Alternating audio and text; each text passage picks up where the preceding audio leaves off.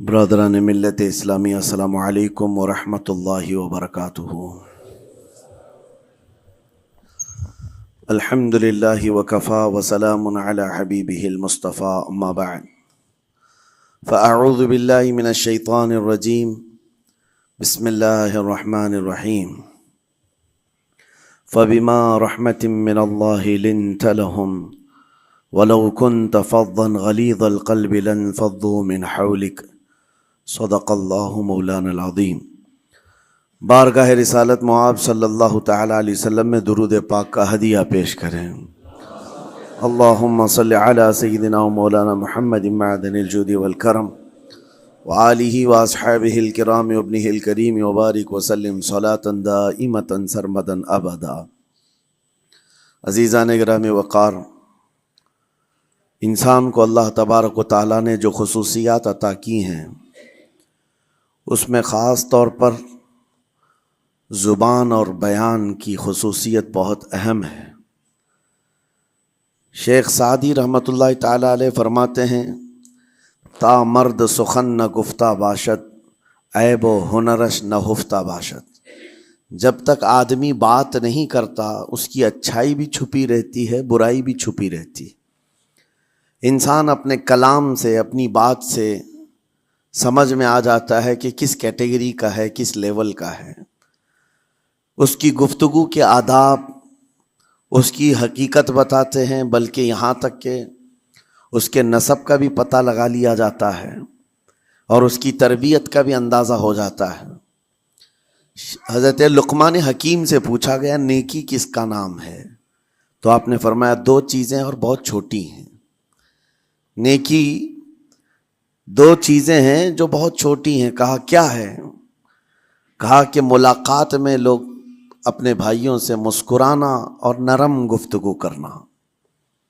ساری نیکیوں کی جڑ ہے یہ، نرم گفتگو کرنا اور لوگوں سے خندہ پیشانی کے ساتھ مسکرا کر ملاقات کرنا۔ لیکن میرے عزیزو، یہ دو چیزیں بناوٹی تو بہت سارے لوگوں کے ساتھ آ سکتی ہیں، اخلاق تصنع جس کو کہتے ہیں، تکلف کے ساتھ بہت سارے لوگوں کے ساتھ آ سکتی ہیں، لیکن حقیقت میں جس انسان کی طبیعت میں یہ دو چیزیں ہونی چاہیے، وہ کب سمجھ میں آتی ہیں؟ اس وقت جو مولا علی کرم اللہ وجہہ الکریم نے فرمایا، کسی انسان کو اس کی حقیقت دیکھنا ہو تو غصے کے عالم میں اسے دیکھو۔ وہ اپنے آپے سے باہر ہوتا ہے یا اپنے مزاج کے خلاف کس طرح بات کو سن کر کے تحمل رکھتا ہے۔ سب سے بڑا پہلوان وہ ہے جس نے اپنے غصے کو کنٹرول کیا اور اپنی زبان پر قابو پا لیا، ورنہ یہ وہ لمحہ ہے جب انسان پھٹ پڑتا ہے، جو دل کے اندر ہے سب کہہ جاتا ہے۔ آپ کو میں بتاؤں، نبی کریم صلی اللہ تعالیٰ علیہ وسلم کے عظیم اخلاق کریمہ، بخاری شریف کی حدیث ہے، حضور مسجد نبوی میں تشریف فرما ہے۔ اس وقت مسجد نبوی، آج ہو سکتا ہے آپ کے ذہن میں جو امیج ہے مسجد نبوی کی، بہت بڑی عالی شان مسجد، لیکن وہ زمانہ نبوی میں اس طرح کی نہیں ہے۔ کچی دیواریں تھی، اوپر چھپر کے چھت پڑے ہوئے تھے اور مٹی کی زمین تھی۔ یہ مسجد نبوی کی شکل اس زمانے میں حضور اکرم صلی اللہ تعالیٰ علیہ وسلم اپنے صحابہ کے ساتھ بیٹھے ہیں۔ ایک دیہات کا رہنے والا شخص آیا۔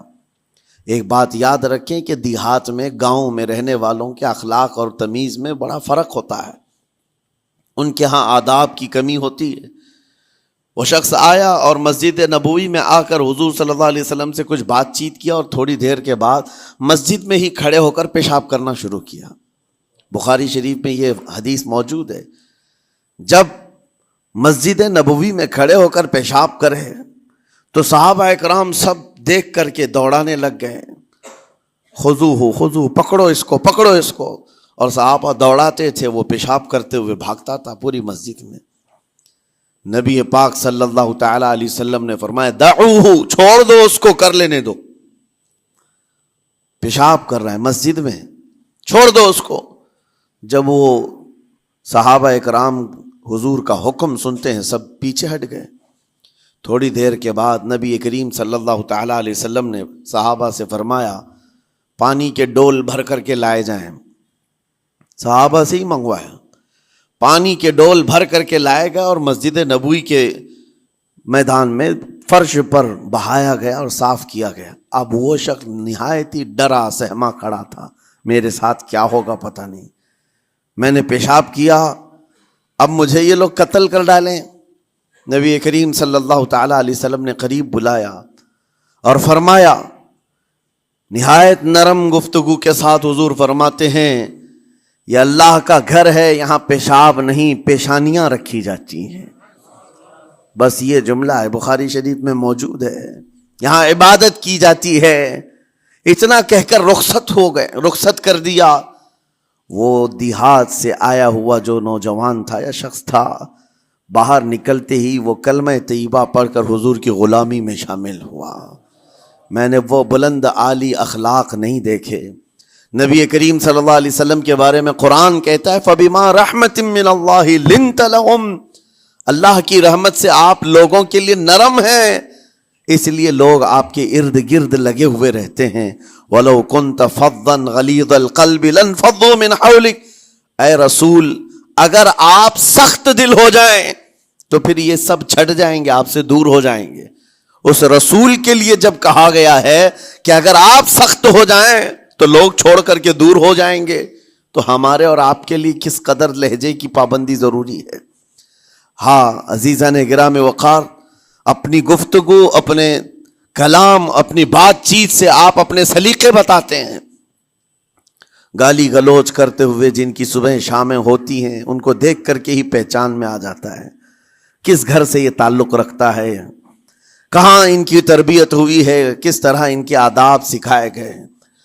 اسی لیے میرے عزیزو، بچوں کو آوارہ بھی نہ چھوڑ دینا کہ وہ اپنی زبان گلی کوچوں سے سیکھ کر کے جائیں۔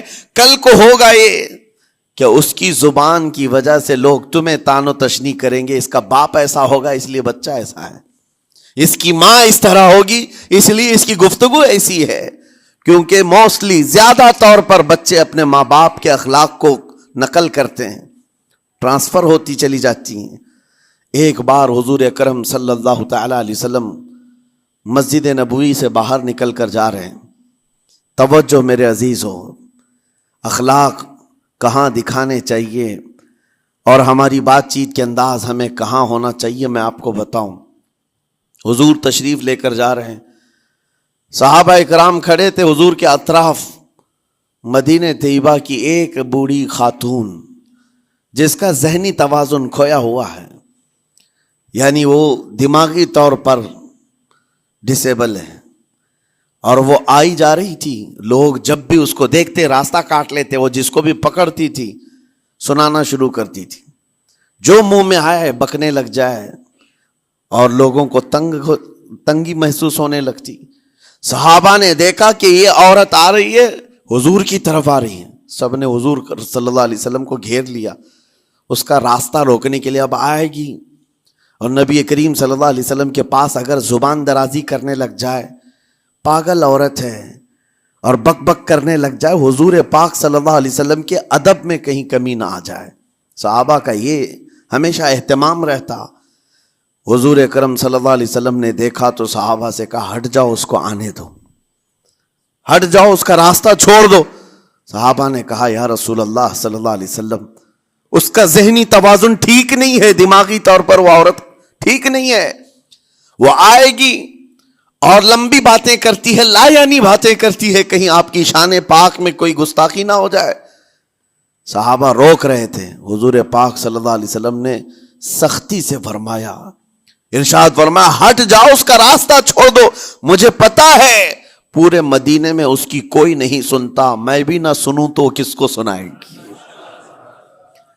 اگر میں بھی نہ سنوں تو وہ کس کو سنائے گی۔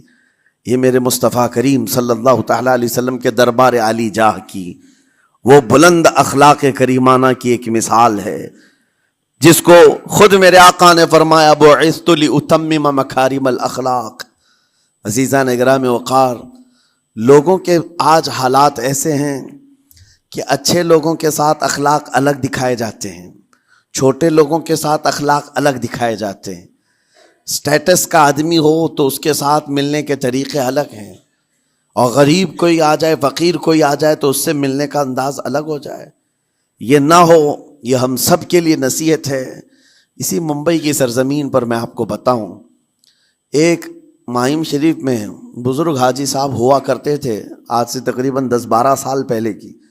وہ کئی لوگوں سے ایک سوال کرتے تھے پکڑ پکڑ کر کے کہ میرا ایک سوال ہے، آپ جواب دیں گے، میرا ایک سوال ہے. کئی علماء سے انہوں نے پوچھا، مجھ سے بھی انہوں نے، جب میں نیا تھا مصر سے پڑھ کر کے آیا تھا، میرے پاس آ کر کہا کافی سالوں سے میرے ذہن میں ایک سوال ہوتا ہے، میں آپ سے بھی پوچھنا چاہتا ہوں. کہا بتائیے کیا ہے. کہا میں حضور سرکار مجاہد ملت رحمت اللہ علیہ کا مرید ہوں.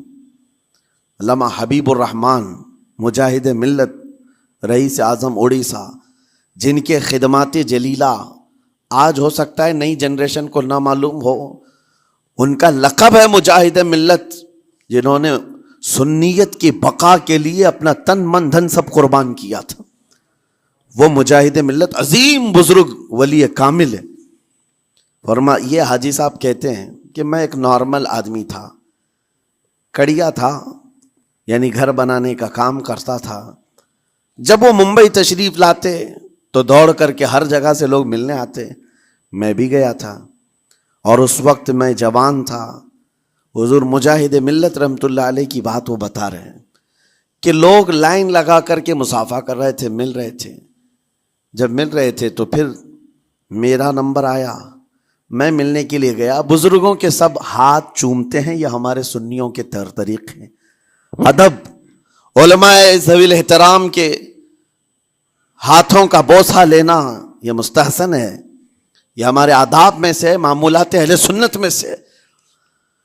تو جب سب لوگ ان کے دست بوسی کر رہے تھے، ہاتھ چوم رہے تھے، میں بھی قریب گیا، اور جب میرا نمبر آیا میں ہاتھ چومنے کے لیے گیا تو انہوں نے میرا ہاتھ لے کر خود ہی چوم لیا. وہ بزرگ عالی جاہ ولی کامل جن کو دنیا مجاہد ملت کہتی ہے، میرا ہاتھ انہوں نے چوم لیا. اور میرے اندر ایسی پشیمانی تھی کہ میں کیا کروں سمجھ میں نہیں آیا. میں ایک معمولی سا کڑیا، اور کہاں ان کا مقام کہاں میرا. تو اس کے بعد وہ اس بے چینی میں رہتے تھے کہ ایسا کیوں کیا، ایسا کیوں کیا، کیونکہ پوچھنے کا موقع ہی نہیں ملا. ایک بزرگ تھے، انہی کے خلیفہ تھے حضور مجاہد ملت کے، انہوں نے اس کا جواب دیا. میرے عزیزو کیا بہترین جواب تھا. حضرت مجاہد ملت رحمت اللہ تعالی علیہ یہ چاہتے تھے کہ ہزاروں لوگ ہماری تعظیم کرتے ہیں تو کہیں ہمارے دماغ میں بادشاہت کا خیال نہ آئے، ہم غریب اور فقیر کا ہاتھ چوم کر اپنے نفس کی مخالفت بھی کرتے ہیں.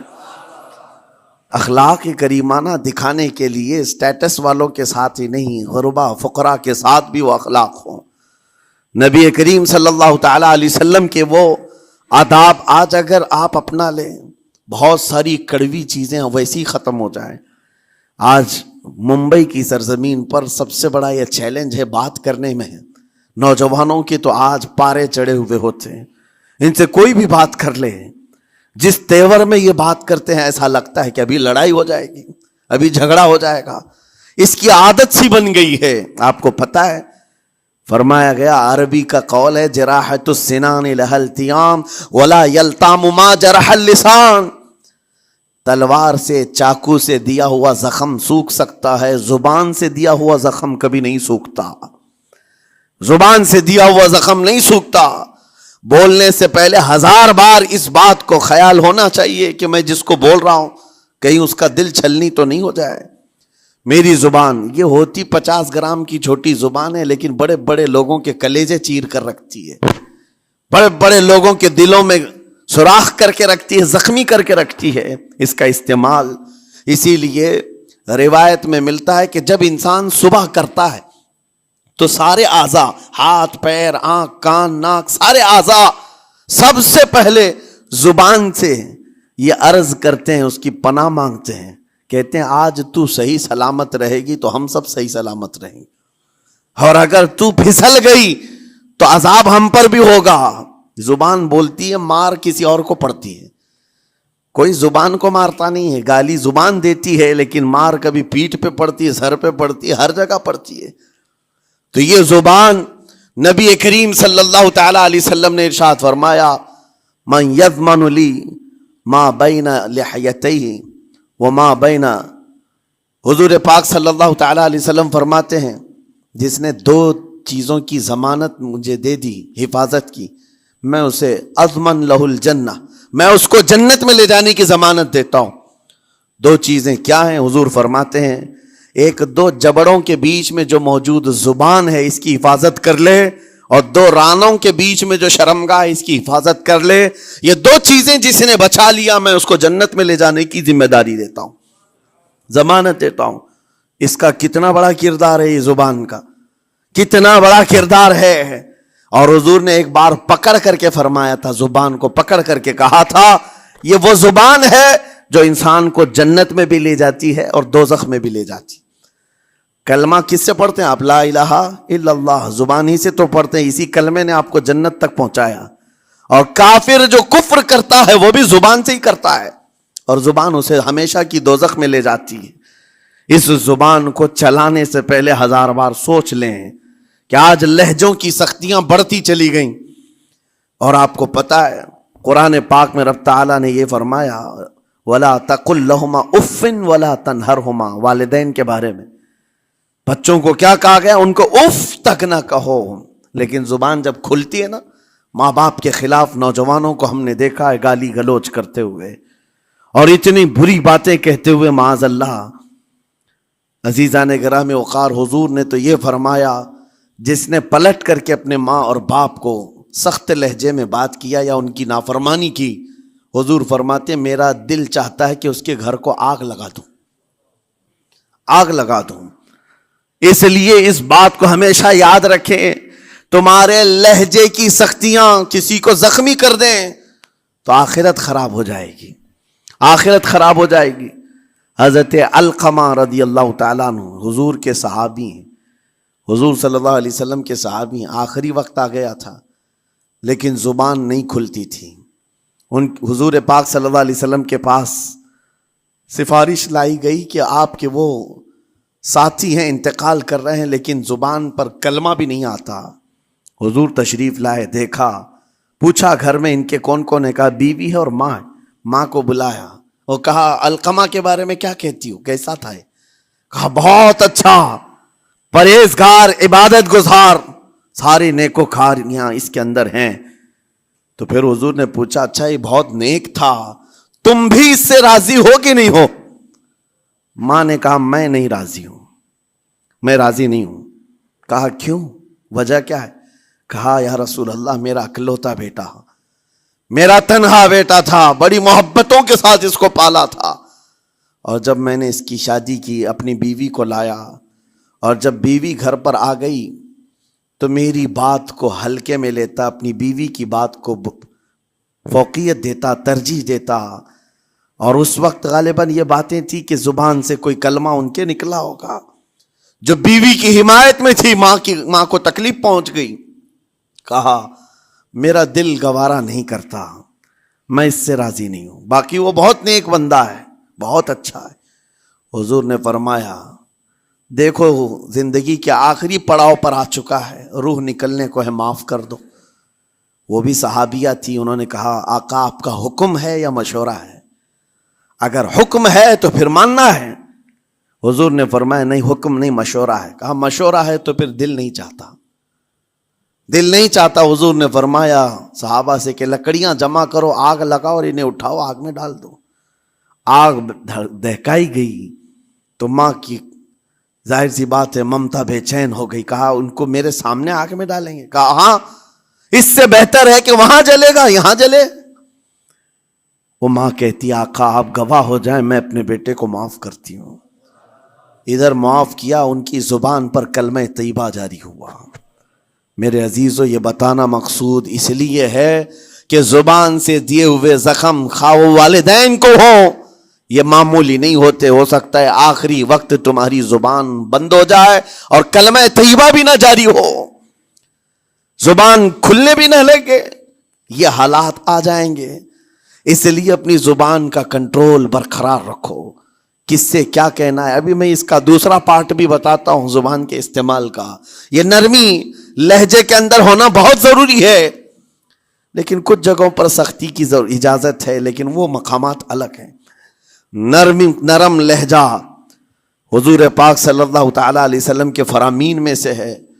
ایک بات بڑی بغداد مقدسہ میں نے ایک ولی پاک کی زیارت کی، ان کے آستانے پر بھی میں نے ابھی بیان کیا تھا۔ حضرت بہلول دانا مجذوب بزرگ تھے، اور بغداد کی گلیوں میں کہیں پر بھی بیٹھ جاتے تھے، اور جو جانکار تھے وہ سمجھتے تھے اللہ والا بندہ ہے۔ مجذوب کس کو کہتے ہیں؟ جس کی یاد الہی میں عقل فنا ہو گئی، ختم ہو گئی، اللہ کے ذکر میں اور اللہ کی یاد میں اپنے آپ کو فنا کر دیا ہے، اس کے اوپر شریعت کا قلم نہیں۔ ظاہر سی بات ہے شریعت کے سارے احکام اس پر ہیں جس کی عقل سلامت ہے۔ عاقل ہو، بالغ ہو تو نماز فرض ہے نا، عقل ہی نہیں ہے تو وہ مجذوب ان اولیاء کو کہتے ہیں۔ لیکن ان کے بارے میں حدیث میں ہے، اللہ کے نبی نے فرمایا وہ ایسے بندے ہیں کہ اگر اللہ کو قسم دے دیں کسی بات کی، اللہ ان کی قسم پوری کرتا ہے۔ وہ بہلول دانا بیٹھے ہوئے تھے، بغداد کا ایک مشہور تاجر تھا، لیکن خستہ حال تھا، بہت نقصان اٹھا چکا تھا، خسارے میں چل رہا تھا، بزنس پورا لاس میں، اور وہ پریشان حال بہلول دانا کے پاس آیا، گڑ گڑایا، کہا کہ حضور مجھے بچا لیں، رحم کر لیں، میں تاجر ہوں، لٹ گیا ہوں، لاس میں ہوں، کچھ آپ فرما دیں، میں کیسے اس بھنور سے نکلوں؟ بہلول دانا نے دیکھا، کہا ٹھیک ہے کچھ پیسے بچے ہیں؟ کہا ہاں ہے، وہ بس اتنا سرمایہ ہے کہ مال لیتا ہوں پھر بیچ دیتا ہوں، نفع نہیں ہوتا۔ بہلول دانا نے کہا ایک کام کر، کالا کپڑا جتنا ملتا ہے سب خرید لے، پورے شہر سے کالا کپڑا جہاں جہاں مل جائے سب لے کر اسٹاک کر لے۔ کہا جی حضور آپ نے جیسا فرمایا۔ گیا، جتنا سرمایہ تھا سب لگا دیا، کالا کپڑا خرید کر ایک جگہ اسٹاک کر دیا۔ اللہ والے کا حکم تھا، لیکن ہوا یہ کہ بغداد کا معمول تھا، 8 دن گزرے نہیں تھے کہ وہاں وقت کے حاکم کا انتقال ہوا، اور جب حاکم کا انتقال ہوتا تو شہر کے جتنے بڑے لوگ ہوتے، رئیس لوگ، وہ اس کے سوگ میں، اس کے غم میں کالا کپڑا پہنتے تھے، اور کالا کپڑا سوائے اس تاجر کے کسی کے پاس نہیں تھا، اور سارے بڑے لوگ پیسوں سے اس کے پاس کالا کپڑا خریدنے آئے، یہ منہ بولے قیمت پر، جیسے تیسے جتنی قیمت پر بولے سب خرید کر لے جاتے، اور پل بھر میں ایک دن کے اندر وہ بہت بڑا کروڑ پتی بن گئے، بہت مال آ گیا۔ یہ بات یاد رکھیں، اللہ مال دیتا ہے، اس کے بعد پھر آزمائش بھی ہوتی ہے۔ مال اتنا آ گیا، اب لے کر کے مستیاں تھیں، چند دن گزرے، ظاہر سی بات ہے مال کو بڑھانے کی تمنا ہر ایک کی ہوتی ہے، کوئی یہاں پر اینڈ کرنے والا نہیں ہے دنیا میں، چاہے اس کا بزنس اربوں پر بھی پہنچ جائے، اسے آگے پہنچنا ہے۔ چند دن گزرے تھے، 8-10 دن، پھر آیا حضرت بہلول دانا کو ڈھونڈتے ہوئے، ایک جگہ میدان میں یہ مجذوب بزرگ بیٹھے مل گئے، آیا اور کہا او دیوانے بتا اب کیا خریدوں، پیسہ بہت ہے ابھی میرے پاس، بتا دیوانے اب کیا خریدوں؟ انہوں نے دیکھا، کہا کہ لہجہ تو بدلا ہوا ہے، پیسہ بہت زیادہ تھا، کہا کہ ٹھیک ہے کوئی بات نہیں، اللہ والوں کو ان سب چیزوں سے کوئی لینا دینا نہیں۔ آپ نے کہا مال جتنا ہے تیرے پاس سب لے کر کے خربوز خرید لے، تربوز خرید لے، جس کو کلنگڑ کہتے ہیں، تربوز پورے خرید لے۔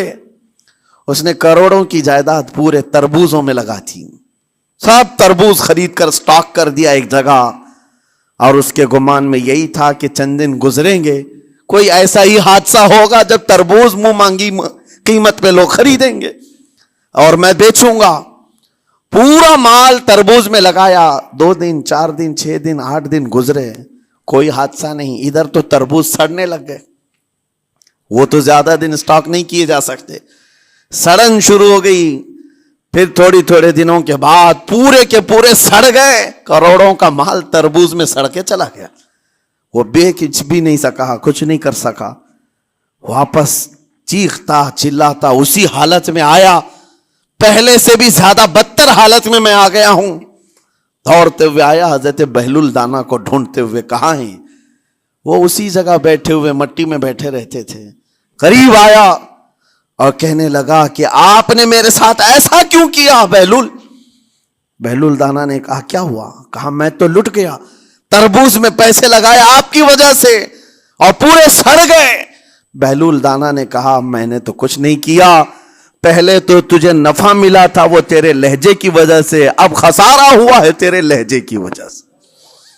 پہلے جو آیا تھا بات کرنے کے لیے اس وقت تیری تمیز الگ تھی، تیری تہذیب الگ تھی، اخلاق الگ تھی، گڑ گڑا کر کہا تھا کہ میں لٹ گیا ہوں آپ رحم کر دیں۔ دوسری بار آ کر کے کیا کہا؟ او دیوانے بتا کیا خریدوں؟ لہجہ بدل گیا تو پوری حیثیت بدل گئی۔ زبان ہماری اونچائی پر بھی لے جاتی ہے اور نیچے بھی لے آتی ہے۔ اس بات کو ہمیشہ ملحوظ رکھیں کہ اس زبان سے بہت سارے لوگ نفع بھی اٹھاتے ہیں، بہت سارے لوگوں کو نقصان بھی ہوتا ہے۔ لیکن ساتھ میں یہ بات بھی عرض کروں، نرم گفتگو کرنے کا عادی ہر ایک کو ہونا چاہیے، نرم گفتگو کرنے کا عادی ہر ایک کو ہونا چاہیے، اس کی نیکیوں کی علامت ہے، اس کے اخلاق کی علامت ہے۔ لیکن ساتھ میں امام شافعی رحمۃ اللہ تعالی علیہ نے یہ بھی فرمایا، چاہے جتنی بھی نرم طبیعت ہو انسان کی، اللہ اور اس کے رسول کے لیے غیرت ہونی چاہیے۔ اللہ اس کے رسول کے خلاف بات سنے تو پھر نرم لہجے کا استعمال نہ کرے، پھر وہ بزدلی کہلائے گی، وہ بزدلی کہلائے گی۔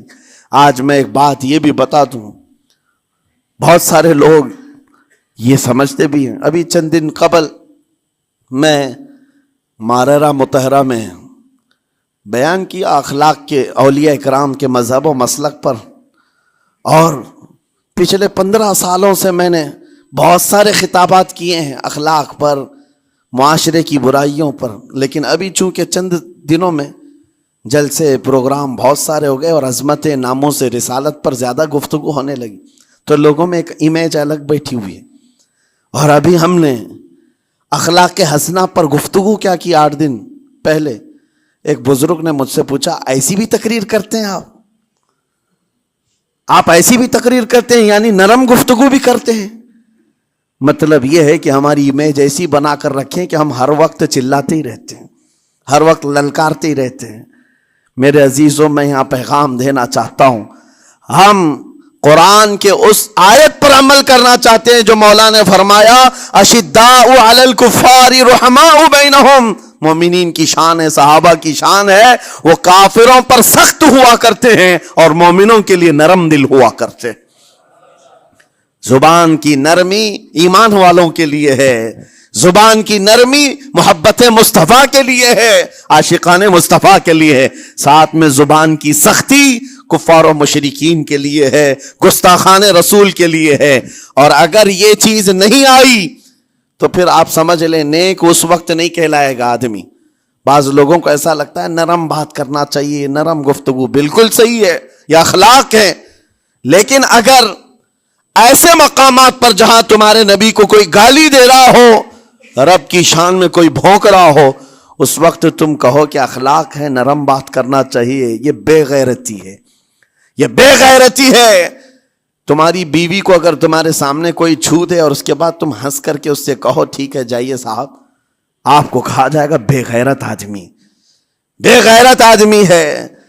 انسان کو اپنی بیوی، اپنی بیٹی، اپنی ماں پر بھی غیرت ہوتی ہے، وہ سنتا نہیں ہے، یہ پیدائشی ہے، فطرت ہے انسان کی۔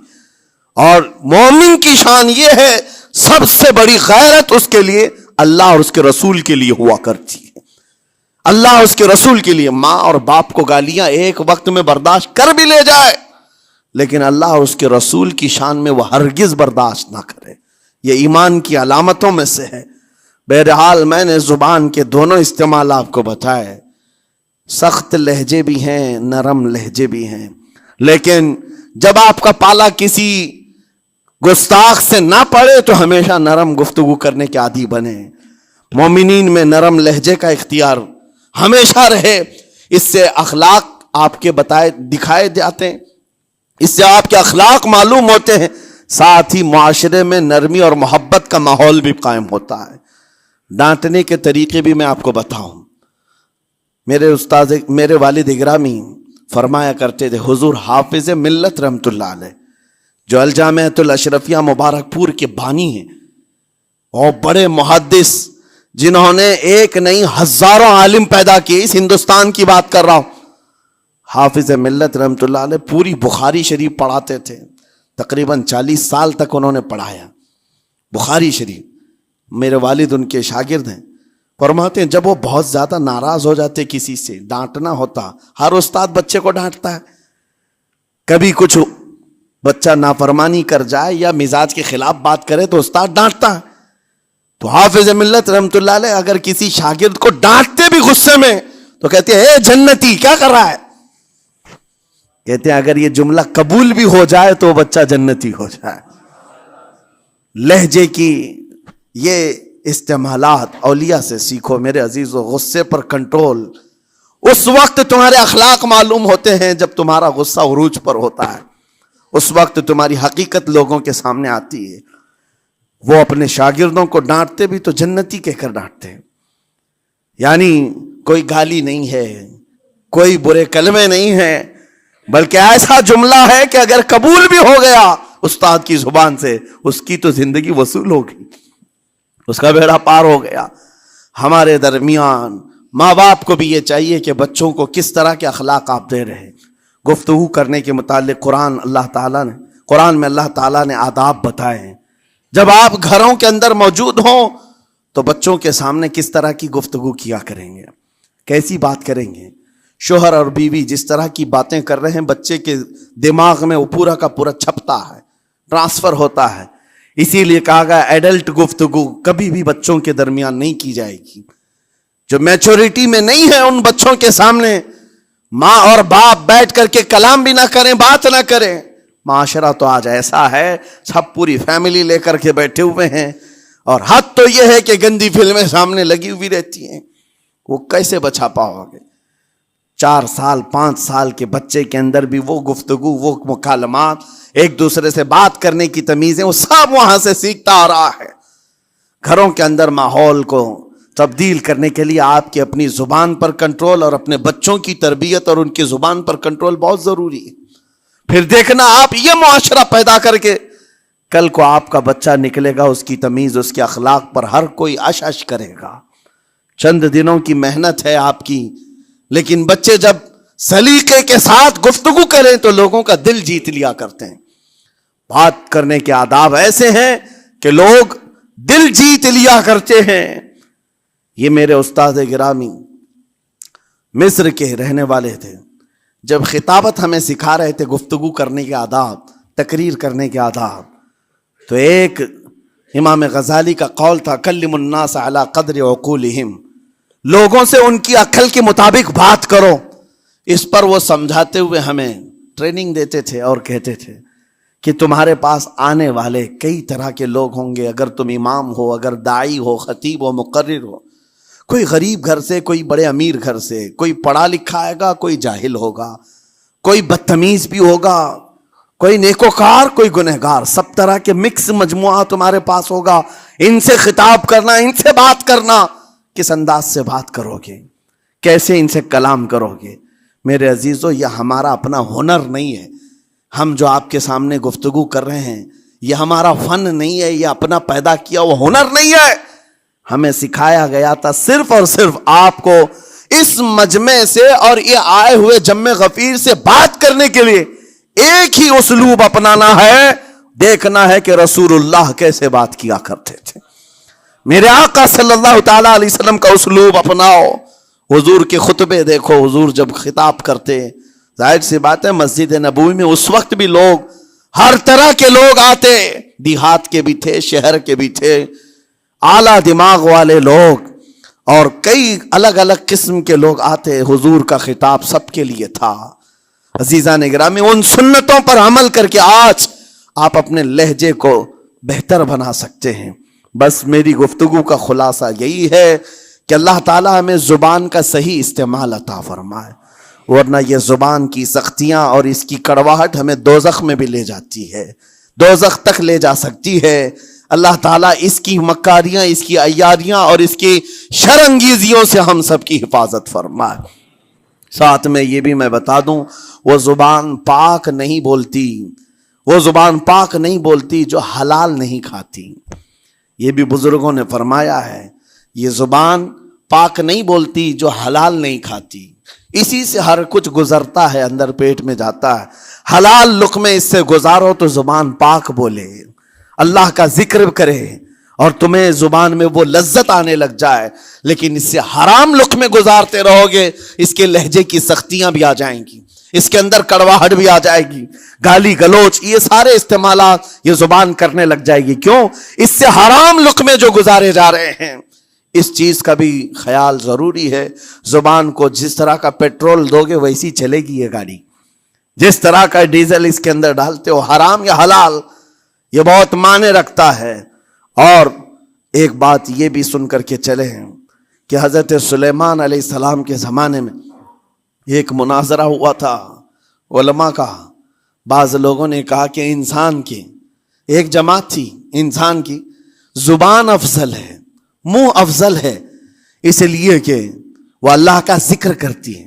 بعض نے کہا کہ نہیں، انسان کے پیچھے کا مقام اچھا ہے، اس سے بہتر ہے.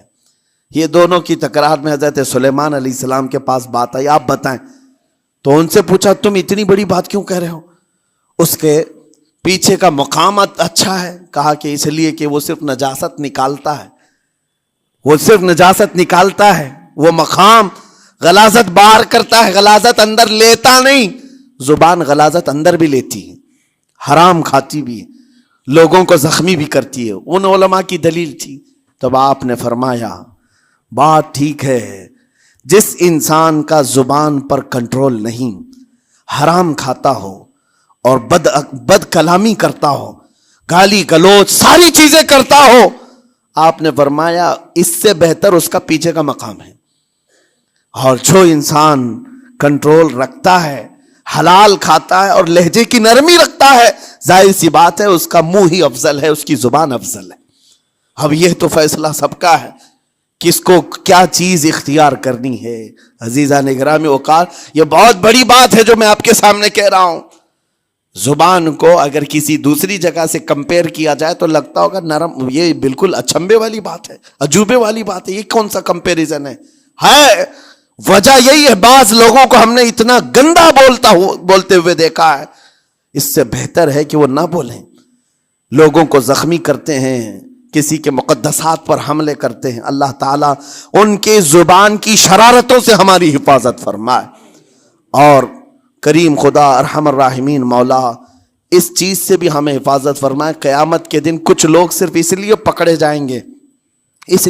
جائیں گے کہ وہ کچھ نہیں بولتے تھے، لیکن وہ جن کے ساتھ رہتے تھے وہ بولتے تھے، وہ لوگ بولتے تھے، اور ان کی وجہ سے یہ خاموش رہنے والا جو ساتھ میں تھا اسے بھی جہنم میں لے جایا جائے گا. اور وہ اس دن کہے گا پکار کر، یا ویلتا لیتنی لم اتخذ فلانا خلیلا، اے کاش میں فلاں کی دوستی نہیں کیا ہوتا تو اچھا ہوتا، آج میں بچ گیا ہوتا. اپنے ماحول کو بچاؤ، جہاں زبان کی خرابی دیکھو اپنے آپ کو بھی بچاؤ اور اس ماحول سے بھی اپنے کو دور رکھو. اللہ کی بارگاہ میں دعا ہے مولا تعالیٰ اس زبان کو خالص اپنے ذکر میں لگائے اور اپنے حبیب پاک کے ذکر میں لگائے. مولا تعالیٰ ہم کو زبان کی بد کلامیوں سے محفوظ و مامون فرمائے. وآخر دعوانا ان الحمد للہ رب العالمین. السلام علیکم.